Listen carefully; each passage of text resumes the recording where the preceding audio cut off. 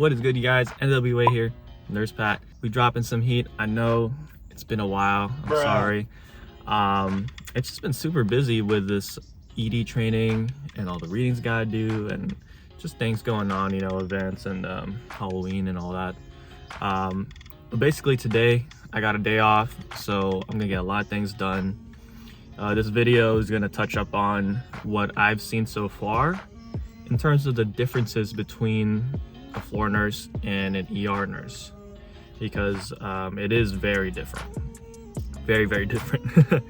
And I didn't want to make a video on it until I had a little bit more shifts on the floor in the ED. So far I've had like 3 weeks worth of like having a preceptor on the floor. So today I'm basically going to be, you know, running my errands. Right now I'm going to wash my car. I bought this chrome delete kit to remove the chrome on the sides of my car that's near the window. I had a chrome deleted before, but that was just like a DIY plastic dip thing, and it was peeling off a little bit. It was looking ugly, so I just wanted like a little pre-cut vinyl thing that will work out. Hopefully that looks good. And then I need to get a haircut because my hair is going too crazy right now, and then get a workout in. But yeah, I'm just gonna touch upon those things and go about my day. It's gonna be a different style video, so it's kind of like a vlog and a little talk at the same time. So hopefully you guys find that entertaining.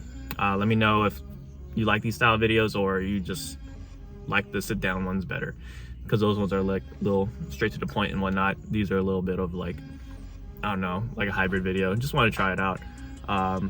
If you find it boring, you know, maybe watch someone more wholesome like Mickey Rye or some shit. But yeah, I'm gonna show you guys my day and talking about the specific topic of ED nurse versus floor nurse, because now I have experience in both. All right, just finished giving Alexis a nice little wash and coating. You could probably hear that lawnmower person in the background. One of the worst noises ever, one of my pet peeves. This is like a little show before. I peeled off the plastic dip and all that already, so you'll see a bunch of chrome on the sides, and I will show you what it looks like afterwards. All right, so it's a finished product. Looks alright, to be honest. I'm not exactly sure in terms of durability how long this will last. I feel like some like strong winds and storm might peel it off, so I'm a little worried about that, but in terms of the blackout effect, looks pretty good. Alright, so differences between floor nurse and ED nurse is a lot based on what I've seen. They're literally like a whole different planet, a whole different universe. The priorities, what's important, the roles are like entirely different. Yes, we're both, you know, in patient care, but what we do is very different. Some of the main differences that you'll see in terms of like what's the role is that when patients come through the ED, the role of the ED nurse is to stabilize and either discharge or ship them out to whichever unit or floor that they need to go. The ED basically bandages up the patient, right? Stabilizes them. If there's septic shock, right? What do they need to have? They usually have fluids. They need to have blood cultures. They need to have antibiotics. You know, if they're going downhill, they need some pressors or whatever, right? Whatever it takes to stabilize this patient, whatever it takes to make sure this patient does not die in the hospital. Once they are stabilized, then they could go to a different unit and they'll continue their course of antibiotics and fine tweaking of whatever needs to be done. So this is where like you'll have infectious disease come in, different specialty consults, you know, preparation for surgery. So like, you know, different surgeons will be consulted. Like it really depends, right? The ED deals with a lot of these patients when they're unstable, and when they come through, we have no idea what's going on with the patient, right? We're there to figure it out. So the patient, they come in, they're like a puzzle. So it's kind of interesting in that sense. They're like a puzzle, right? They just show you their signs and symptoms, their chief complaints, and it's our job to do the imaging, diagnostic test, and whatever, just to get a sense of what the hell is going on, right? We don't have that luxury of how, back when I used to be a floor nurse, we had that luxury of looking through the chart, you know, finding out what the doctor's notes say, so we know it's the diagnoses, we know it's the plan, all of that stuff, right? You don't have any of that knowledge yet in the ED. The patients will come through with the EMTs, you know, they'll come through in the ambulance and they'll be like, this is what we saw, this is how we got the patient, and this is vital signs, allergies, you know, what kind of rhythm they had, or if they had chest pain, what the 12 lead looked like, any medications they gave, etc. So that's all we know. We have to go based on that knowledge.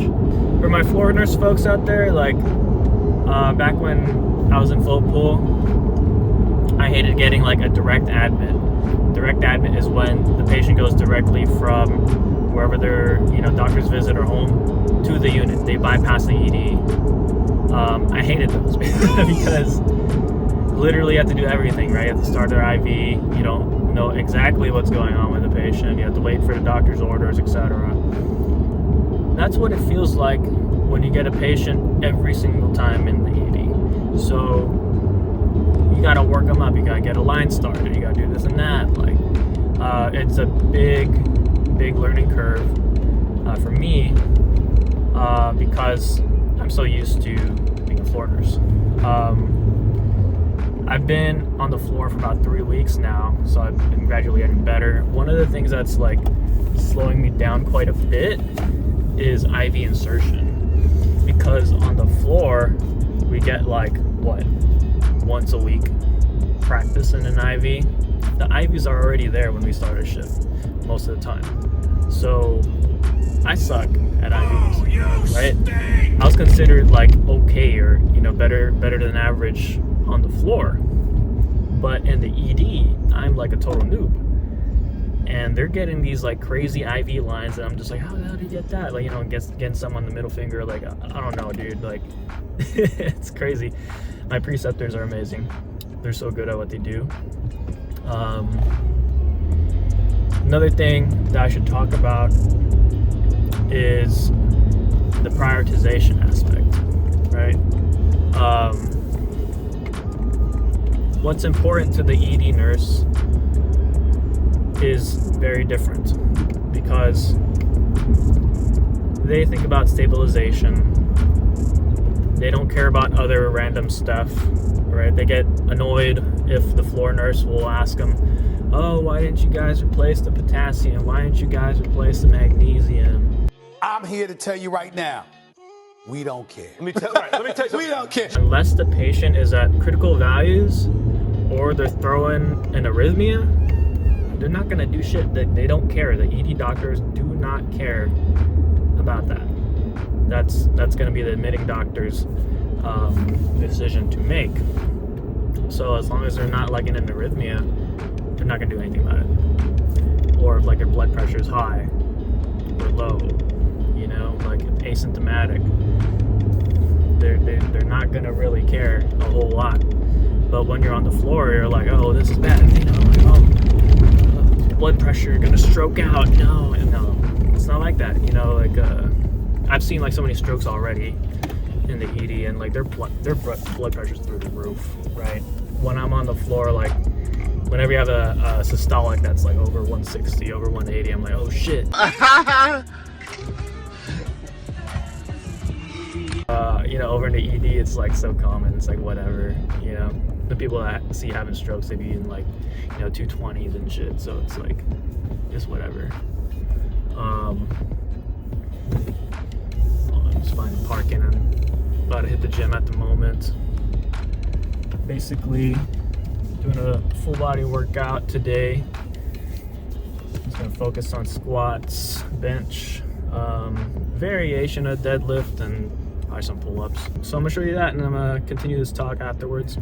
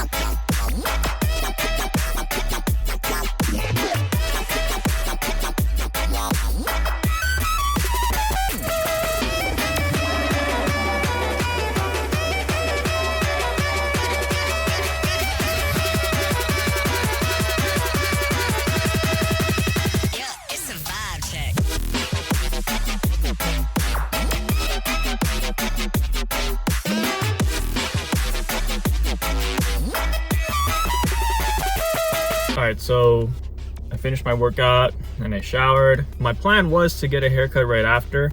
So, you know, I didn't put any product in my hair. As you can see, it's super long, messy, looking like I belong in Squid Games. So yeah, I mean, I'm just gonna get it done tomorrow because I'm gonna drive a little bit to meet up with my girl. We're gonna get some dinner and hang out. So plans didn't go accordingly, but it's all good. I mean, there's more important things to do today. Thankfully, I knew that since there was a possibility I would not have time for the haircut, I got a hat, so I can put this on. Should be okay for today. But yeah, I'm probably gonna head out now. And I do have some more chapters of reading for the didactic day tomorrow. Super lame. I gotta sleep early tonight because it'll be a morning shift at 7 a.m. It sucks. I really don't like that, but it is what it is.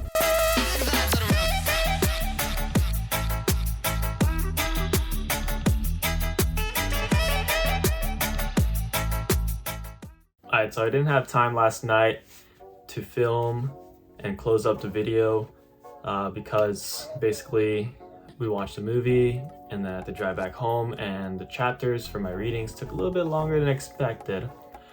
So I decided to just do the rest of the filming today. Basically earlier just had a didactic day for work and I got out a little early and I was able to get a haircut, so that is good. So now I'm just going to recap some key differences on an ED nurse versus a bedside nurse or floor nurse, because I will tell you an ED nurse, especially a good one, is just built different. Like seriously, I give them tons of props for what they do and all the bullshit they gotta deal with. The emergency department is essentially the front line port of entry to the hospital. So we basically had to work with the doctors and try to stabilize the patient and try to figure out what the hell is going on. Bedside nurses, they already know the diagnoses of the patient and the plan of care. The admitting doctor lays this out for them, so they have a nice set of scheduled medications, plans for interventions, surgeries, whatever, right? With the ED, it's a little bit more chaotic because we're kind of working from nothing. All we're working from is the patient's chief complaint, their signs and symptoms, and we got to work them up, basically, get their diagnostics, lab work, and all of that stuff. Another thing is that ED nurses deal with all kinds of patients. I'm used to dealing with the older adult population, but over here, you know, you could see pediatrics, you could see pregnant ladies, and you can see psych people. Like, it's literally super broad. Another big thing I noticed is that ED nurses generally have much more autonomy than a bedside nurse. In emergent situations, an ED nurse needs to think critically and move fast. For instance, if you got a patient that's seizing up really bad, you could literally override a medication Pyxis or whatever you guys use and whip out an Ativan and give it to the patient, right? You don't have to wait for a doctor's order that might take super long because the doctor's busy. The patient is seizing up, they need help, right? Or maybe you have an anaphylactic patient. You just whip out an epi, give it real quick, that's it. Now this thing may vary hospital to hospital, I don't know, like policy wise, so don't quote me on some of the things, but it just makes sense to me. On the floor, you literally need an order for like almost everything you do, every medication you do, or else you're deemed practicing medicine without a license, whatever. Something that I do not like about being an ED nurse is that I feel that it's so busy that I cannot give the same care and advocacy that I did to my patients when I was a floor nurse. Generally, you're there to treat the patient for what they came for. If they start like complaining about other things that aren't emergent or not there what they came there for, like it's literally just brushed off. The timing for patients to be discharged or transferred to the units is very important to them because they say that the waiting room is the most dangerous place for a patient to be, which makes sense because the patient is waiting there and they're not getting cared for. We don't know what's going on. That being said, the turnover for you having these patients is very, very rapid. You'll see so many patients during the day, as opposed to when you're a bedside nurse, you'll generally have your same group of patients, your assignment, for most of your shift. So this is something that I'm getting used to. I'll literally discharge a patient or transfer them to the units, and I'll be like, tending to my other patients. And all of a sudden I see this new patient in one of the rooms that I just discharged one in. They just cleaned it up super quick. And then there's this new patient. I'm like, who the hell is this? Like, who the hell is this patient? I don't know what's going on. Like, what's up? And it's just super busy. It is pretty stressful, I'm not gonna lie. It really is impossible to plan out your day. You're getting these patients, they're changing all the time, you're discharging, you're getting new patients all the time, like it's changing. You cannot plan your day, it's impossible. On the floors, time management is a little bit easier in my opinion because you'll have your set patients, you have the plan, you have your scheduled medications, you know when certain procedures or interventions are gonna be. So it's a little bit easier to prioritize in that regard. I'm still new, but I'm hoping by the end of my training that I'll be a little bit more competent and comfortable in the emergency room. But I am learning a shit ton though, and I'm having a great experience. It is more fun in my opinion, and it definitely gives more of that rush than compared to when I was working on the floors. And I am seeing tons of growth already. But yeah, I'm gonna wrap it up here. I've been talking too much already. Comment, like, and subscribe if you're feeling the content. As always, stay safe, stay humble. I'm out.